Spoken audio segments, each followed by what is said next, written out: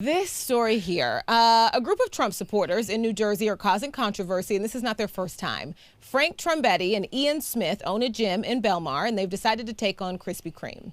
You'll remember, Krispy Kreme is offering free donuts to people who show their COVID-19 vaccine card.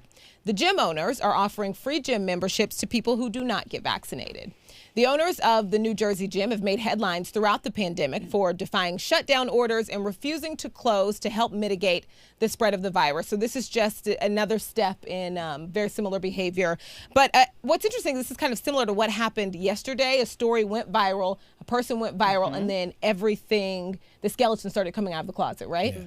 Because as this story started getting more national attention, it started circulating online that one of the owners, Ian Smith, when he was 20 years old and he was a Stockton University student, he drank 10 to 12 beers and in the morning ran a stop sign and killed a 19-year-old. Wow. And that's in his history. And now he's encouraging people to not get a life-saving vaccine.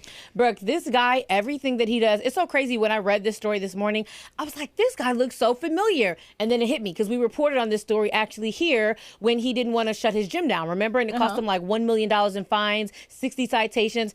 Everything that this guy does is for clout. Everything that he does is for clout, just like the lady that we won't say her name with the biracial children. They have a history of this.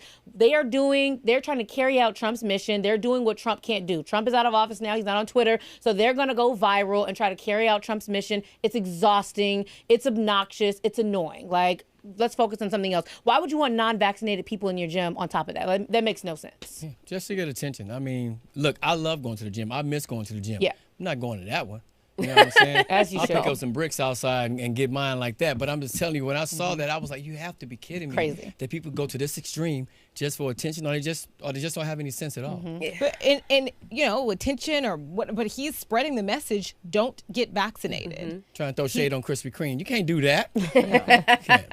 All right, a longtime Buffalo radio host Rob Letterman was fired late this week after discussing how burnt he likes his toast on a scale using black female celebrities. Now, the former morning show host on 97 Rock made the comments on the Morning Bull show during a discussion about how dark he likes his toast.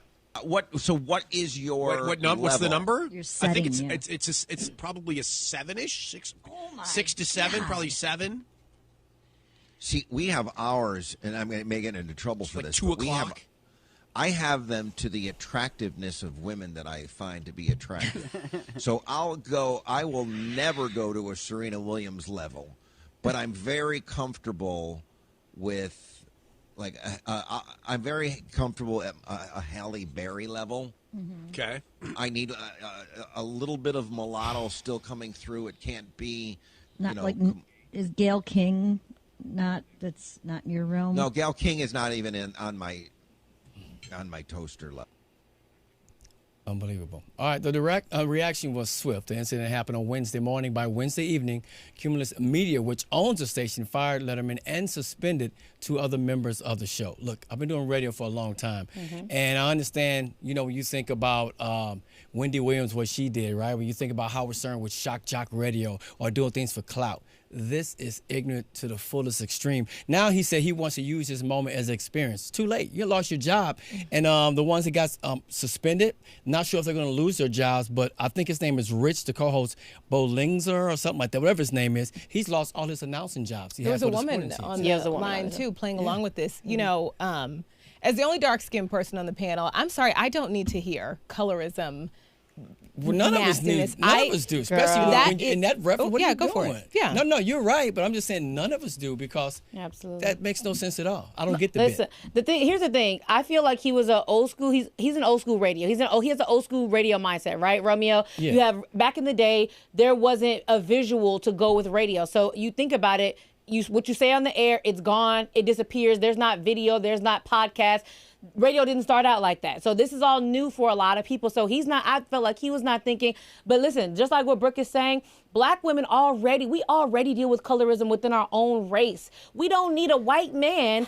On top of the fact, you're talking about 3 black millionaires that would not even give you the time of day, that until 2 days ago had no idea who you even were. They're in the fifth day market. They don't exist. They don't even know you. Go and compare Cameron Diaz to Reese Witherspoon or somebody else. Leave us out of your stories and comparisons. Well, you don't have a job anymore now, so you don't. You don't He needed to be put out to pasture because if he has not gotten with the times, he is on the radio. He has been covering the last year or two of civil rights activism, so he has no excuse. And nobody even picked up on the fact that he called Halle Berry a mulatto. I can't with this whole story. I just can't. Well, Halle Berry also checked in too on Twitter. She retweeted and said all black women are beautiful and worthy too. So of course, if I can just have a moment here, I just think that it's not just his rhetoric. It's not just that he was trying to be spicy on the radio or he didn't know if anybody was listening. It's that there is a very real issue, oppression against dark-skinned women. It's a very real issue that affects every aspect of how I move through this world. And that wasn't just words, because it was part of stuff that happens outside of his radio booth. It's part of a larger conversation. You can Google Serena Williams and you're gonna see that on Twitter right now from people who look like all different types.